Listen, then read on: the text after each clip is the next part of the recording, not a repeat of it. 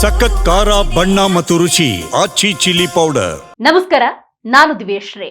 ಭಾರತ ಸರ್ಕಾರವು 2026ರ ಅಂತ್ಯದ ವೇಳೆಗೆ ವೆಹಿಕಲ್ ಟು ವೆಹಿಕಲ್ ಎಂಬ ಹೊಸ ತಂತ್ರಜ್ಞಾನವನ್ನ ಜಾರಿಗೆ ತರುವುದಕ್ಕೆ ಸಿದ್ಧತೆ ನಡೆಸಿದೆ. ಈ ವ್ಯವಸ್ಥೆಯಲ್ಲಿ ನೆಟ್ವರ್ಕ್ ಇಲ್ಲದೆಯೇ ವಾಹನಗಳು ಪರಸ್ಪರ ಸಂವಹನ ನಡೆಸಲಿದ್ದು ಅಪಘಾತಗಳನ್ನು ತಡೆಯುವುದಕ್ಕೆ ಸಹಕಾರಿಯಾಗಲಿದೆ. ವಿಶೇಷವಾಗಿ ಹೆದ್ದಾರಿಗಳಲ್ಲಿ ನಿಂತಿರುವ ವಾಹನಗಳಿಗೆ ಡಿಕ್ಕಿ ಹೊಡೆಯುವುದು ಮತ್ತು ಮಂಚಿನ ಸಮಯದಲ್ಲಿ ಸಂಭವಿಸುವ ಸರಣಿ ಅಪಘಾತಗಳನ್ನು ತಡೆಯುವುದಕ್ಕೆ ಇದು ರಾಮಬಾಣವಾಗಲಿದೆ. ಭಾರತದ ರಸ್ತೆ ಸುರಕ್ಷತೆಯಲ್ಲಿ ಕ್ರಾಂತಿಕಾರಿ ಬದಲಾವಣೆ ತರುವುದಕ್ಕೆ ಕೇಂದ್ರ ಸರ್ಕಾರ ಸಜ್ಜಾಗಿದೆ. 2026ರ ಅಂತ್ಯದ ವೇಳೆಗೆ ವೆಹಿಕಲ್ ಟು ವೆಹಿಕಲ್ ಸಂವಹನ ತಂತ್ರಜ್ಞಾನವನ್ನ ಜಾರಿಗೆ ತರುವುದಕ್ಕೆ ರಸ್ತೆ ಸಾರಿಗೆ ಮತ್ತು ಹೆದ್ದಾರಿ ಸಚಿವಾಲಯ ಸಿದ್ಧತೆ ನಡೆಸಿದೆ. ಈ ತಂತ್ರಜ್ಞಾನ ನೆಟ್ವರ್ಕ್ ಅಗತ್ಯ ಇಲ್ಲದೆ ವಾಹನಗಳು ಪರಸ್ಪರ ಸಂವಹನ ನಡೆಸುವುದಕ್ಕೆ ಅನುವು ಮಾಡಿಕೊಡುತ್ತೆ. ಆ ಮೂಲಕ ರಸ್ತೆ ಅಪಘಾತಗಳನ್ನು ತಡೆಯುವುದಕ್ಕೆ ಇದು ನೆರವಾಗುತ್ತೆ. ಹಾಗಾದ್ರೆ ಏನಿದು ವೆಹಿಕಲ್ ಟು ವೆಹಿಕಲ್ ತಂತ್ರಜ್ಞಾನ? ಸರಳವಾಗಿ ಹೇಳಬೇಕು ಅನ್ನೋದಾದ್ರೆ ಇದು ವಾಹನಗಳು ಒಂದಕ್ಕೊಂದು ಮಾತನಾಡುವ ತಂತ್ರಜ್ಞಾನ. ಅಂದ್ರೆ ರಸ್ತೆಯಲ್ಲಿ ಸಂಚರಿಸುವಾಗ ಒಂದು ವಾಹನ ತನ್ನ ಹತ್ತಿರ ಇರುವ ಮತ್ತೊಂದು ವಾಹನಕ್ಕೆ ಎಚ್ಚರಿಕೆಯ ಸಂದೇಶಗಳನ್ನ ಕಳುಹಿಸುವ ವ್ಯವಸ್ಥೆ. ಹಾಗಾದ್ರೆ ಇದು ಹೇಗೆ ಕೆಲಸ ಮಾಡತ್ತೆ? ಸಿಮ್ ಮಾದರಿಯ ಚಿಪ್ ಅನ್ನ ಇದರಲ್ಲಿ ಅಳವಡಿಕೆ ಮಾಡಲಾಗಿರುತ್ತೆ. ಹೌದು, ಈ ವ್ಯವಸ್ಥೆಯು ಕಾರ್ಯನಿರ್ವಹಿಸುವುದಕ್ಕೆ ವಾಹನಗಳಲ್ಲಿ ಸಿಮ್ ಕಾರ್ಡ್ ಮಾದರಿಯ ಎಲೆಕ್ಟ್ರಾನಿಕ್ ಸಾಧನವೊಂದನ್ನ ಅಳವಡಿಸಲಾಗುತ್ತೆ. ಇದಕ್ಕೆ ನೆಟ್ವರ್ಕ್ ಅಗತ್ಯ ಇಲ್ಲ. ವಿಶೇಷ ಅಂದ್ರೆ ಈ ಸಂವಹನಕ್ಕೆ ಮೊಬೈಲ್ ನೆಟ್ವರ್ಕ್ ಅಥವಾ ಇಂಟರ್ನೆಟ್ ಅಗತ್ಯ ಇರುವುದಿಲ್ಲ. ವಾಹನಗಳು ನೇರವಾಗಿ ಒಂದಕ್ಕೊಂದು ರೇಡಿಯೋ ತರಂಗಗಳ ಮೂಲಕ ಸಂವಹನ ನಡೆಸ್ತವೆ. ಅಪಾಯದ ಮುನ್ಸೂಚನೆಯನ್ನ ಇದು ಕೊಡುತ್ತೆ. ಹೌದು, ವಾಹನವೊಂದು ಮತ್ತೊಂದು ವಾಹನದ ತೀರಾ ಹತ್ತಿರ ಬಂದಾಗ ಅಥವಾ ಡಿಕ್ಕಿಯಾಗುವ ಸಂಭವ ಇದ್ದಾಗ ಈ ವ್ಯವಸ್ಥೆಯು ಚಾಲಕರಿಗೆ ರಿಯಲ್ ಟೈಮ್ ಅಂದ್ರೆ ತತ್ಕ್ಷಣದ ಅಲರ್ಟ್ ಅಥವಾ ಎಚ್ಚರಿಕೆಯನ್ನ ನೀಡುತ್ತೆ. 360 ಡಿಗ್ರಿ ಕವರೇಜ್. ಹೌದು, ಈ ತಂತ್ರಜ್ಞಾನ ಕೇವಲ ಮುಂದಿನ ಅಥವಾ ಹಿಂದಿನ ವಾಹನಗಳಲ್ಲದೆ ಅಕ್ಕಪಕ್ಕದ ಅಥವಾ ಯಾವುದೇ ದಿಕ್ಕಿನಿಂದ ಬರುವ ವಾಹನಗಳ ಬಗ್ಗೆ ಎಚ್ಚರಿಕೆಯನ್ನ ನೀಡುತ್ತೆ. ಈ ತಂತ್ರಜ್ಞಾನದ ಪ್ರಮುಖ ಉಪಯೋಗಗಳೇನು ಅಂತ ನಾವು ನೋಡ್ತಾ ಹೋಗೋದಾದ್ರೆ, ನಿಂತಿರುವ ವಾಹನಗಳಿಗೆ ರಕ್ಷಣೆ. ಹೌದು, ಹೆದ್ದಾರಿಗಳಲ್ಲಿ ಕೆಟ್ಟು ನಿಂತಿರುವ ಅಥವಾ ಪಾರ್ಕ್ ಮಾಡಲಾದ ವಾಹನಗಳಿಗೆ ಹಿಂದಿನಿಂದ ಬರುವ ವೇಗದ ವಾಹನಗಳು ಡಿಕ್ಕಿ ಹೊಡೆಯುವುದನ್ನ ಇದು ತಪ್ಪಿಸುತ್ತೆ.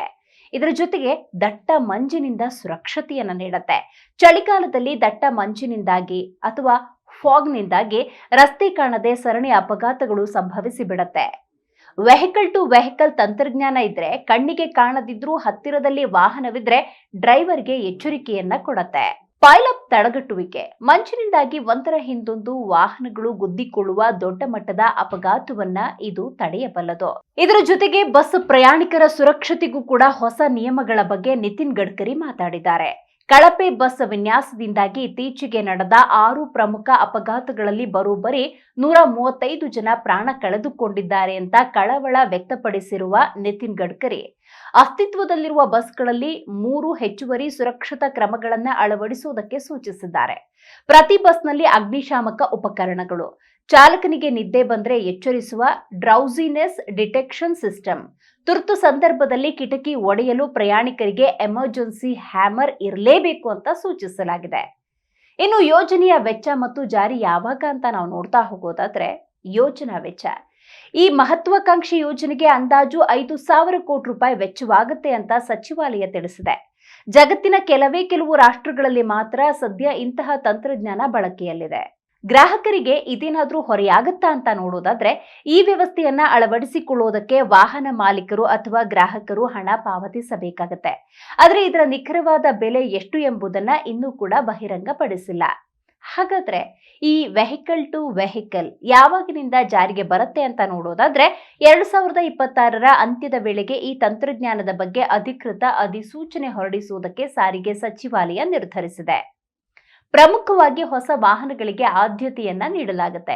ಹೌದು, ಆರಂಭದಲ್ಲಿ ಹೊಸದಾಗಿ ತಯಾರಾಗುವ ವಾಹನಗಳಲ್ಲಿ ಈ ಉಪಕರಣವನ್ನ ಅಳವಡಿಸಲಾಗುತ್ತೆ. ನಂತರ ಹಂತ ಹಂತವಾಗಿ ಎಲ್ಲಾ ವಾಹನಗಳಿಗೂ ವಿಸ್ತರಿಸಲಾಗುತ್ತೆ ಎನ್ನುವಂತಹ ಮಾಹಿತಿ ಲಭ್ಯವಾಗಿದೆ.